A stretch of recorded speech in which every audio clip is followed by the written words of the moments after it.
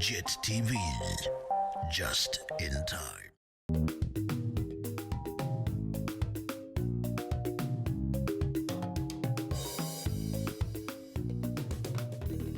Sanmanan Babugela Makhaya, and a very warm welcome to JIT-TV News, where we bring you nothing but politics, business, sports, and entertainment all in one experience. Egamalamo andile kukulethu intombi yakwacindi umahlaba.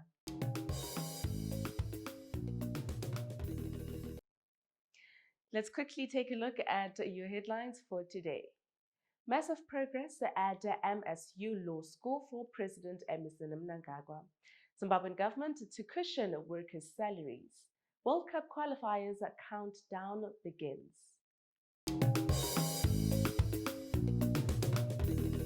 The construction of the E.D. Mnangagwa Law School at the Kwekwe campus of Midlands State University, one of the projects put under 100-day plan by the Second Republic, has recorded massive progress and is expected to be complete by August 2024. The two-story E.D. Mnangagwa Law School will comprise some lecture rooms, a mute court, an e-library, and an administration block, among other sections, already employing 239 workers. The bulk of them locals. The E.D. Mnangagwa Law School will also house other faculties, including agriculture and architecture, expected to recruit more than 1,000 students upon completion next year. Now, two pupils aged 11 and 12 were kidnapped in separate incidents in Harare and Chinhoyi, while another woman was also kidnapped by unknown suspects in JIT-TVzw.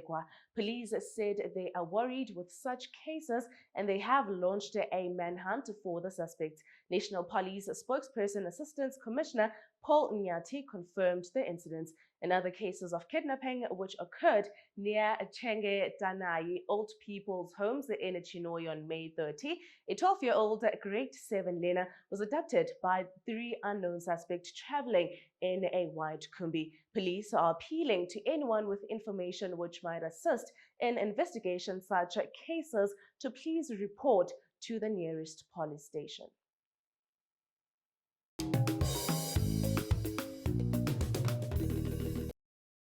JIT-TV, just in time. Building the brand. This is where you have to be to get where you want to be. Exploring companies and businesses that are thriving and leading is what we are all about. I am Mazim Bofu, your host, that will be bringing to you big cooperatives and relevant people that will be sharing with you their journeys of successes, failures, and lessons learned in their businesses, from humble beginnings to global success. Catch me, Mazim Bofu, on Building the Brand. JIT-TV, just in time. Let's move right along now to the African news for today. Now, Uganda's President Yoweri Museveni has signed a bill criminalizing same-sex conduct, including potentially the death penalty of those convicted of aggravated homosexuality into law. The Anti-Homosexuality Act of 2023 violates multiple fundamental rights guaranteed under Uganda's constitution and breaks commitments made by the government as a signatory to a number of international human rights agreements. Uganda's penal code already punishes same-sex conduct with life imprisonment, a criminal offense that is rarely prosecuted. By the new law creates new crimes such as verbally worded promotion of homosexuality, and also increases the prison sentence for attempted same-sex conduct of 10 years. When you commit aggravated homosexuality, the law says you shall be liable to suffer death. And now on to the international news for today.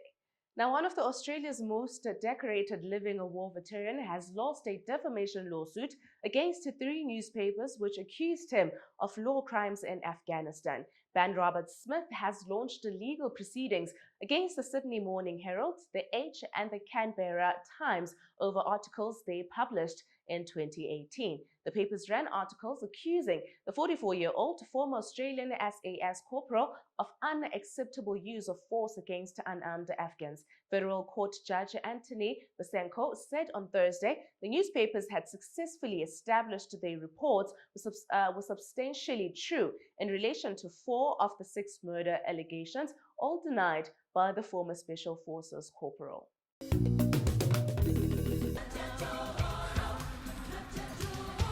Now, the Gold Mafia documentary became televised on the Al Jazeera channel. Nonsensical documentary, a racist propaganda tool. They have a right to sell their gold anywhere. In fact, I encourage Mnangagwa bust the sanctions. Government of Zimbabwe is incurring no risk, but it receives the tax. Please wake up to the reality and the real scam that's taking place here. Nothing but the best interesting stories and the hottest ones on The Alternative View.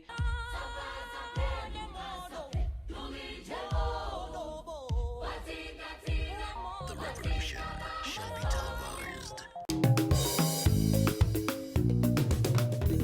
Get down now to the business side of news. Now, smallholder farmers have applauded the government for increasing investment in irrigation schemes to improve agricultural production despite the effects of climate change. The government is targeting to increase the area under irrigation from the current 903,000 hectares to 350,000 hectares by 2025 as the country aims to boost production.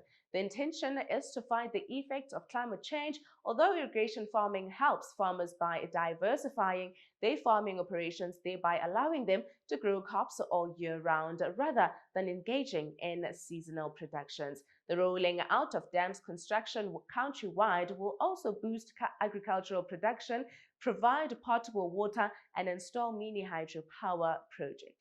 Now, civil servant salaries will soon be reviewed to cushion them from price hikes, as the government remains resolute in supporting and improving the welfare of its workers, a cabinet minister has said.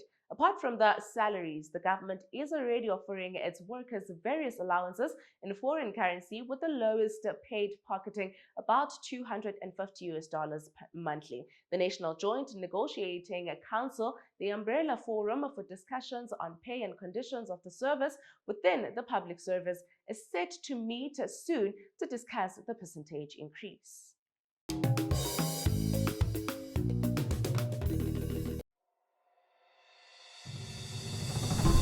Welcome to Azambezi River Lodge, Victoria Falls. Nestled on the banks of the mighty Zambezi River, right on the edge of the national park, Azambezi occupies the most unique and finest spot with the tranquility and seclusion every traveler seeks. Each of its well-appointed rooms is either garden or river facing, allowing you to soak in the serenity of the environment. The award-winning restaurant Amlonga offers delectable cuisine, which includes our famous high teas. To explore Victoria Falls from this fine location, book any of our packages now. Azambezi River Lodge. Relax, refresh, replenish.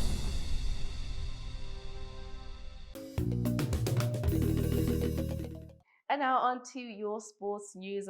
Finally, the countdown of the Cricket World Cup.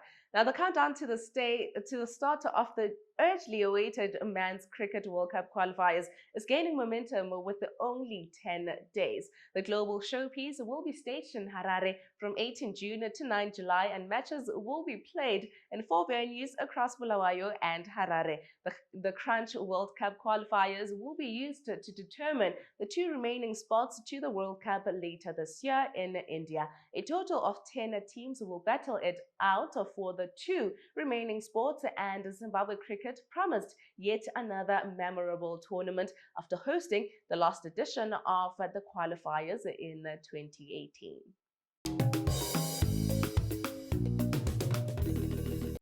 Unfortunately, it is all sad stories on the entertainment side of news. Legendary South African actor Patrick Ndlovu has passed on at the age of 85. Ndlovu's management confirmed the news through a statement shared on social media today. The statement goes as follows. We are deeply saddened by the passing of legendary actor Patrick Ndlovu, whose acting career spanned more than 4 decades. We were proud to represent such a consummate professional and majestic talent.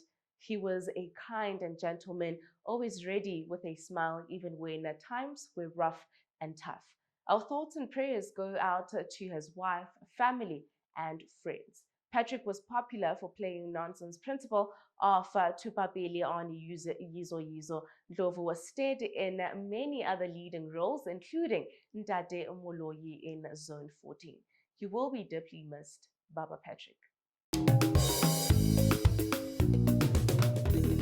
And that is all from me to you. A huge thank you for joining me today. As always, kindly please comment and follow us to all our social media platforms at Twitter, Facebook, and Instagram, or rather go to our website at www.JIT-TV.tv. Signing out, it is Andile Guguletu, Intombi yakwaCindi uMahlaba.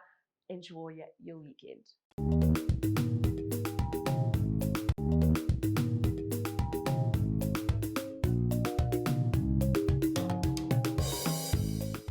JIT-TV, just in time. JIT-TV, just in time.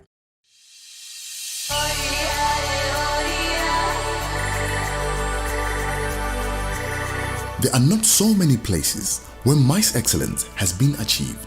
Meeting in Zimbabwe is the best business decision you will ever make. Our adherence to COVID-19 safety protocols is second to none, coupled with the warm and hospitable nature of the people of Zimbabwe.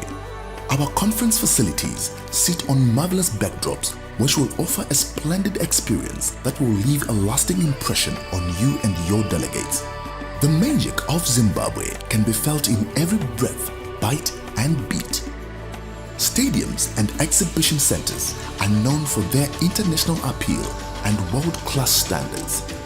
The high-end technology will surely enhance your experience of the exhibition, festival, or concert.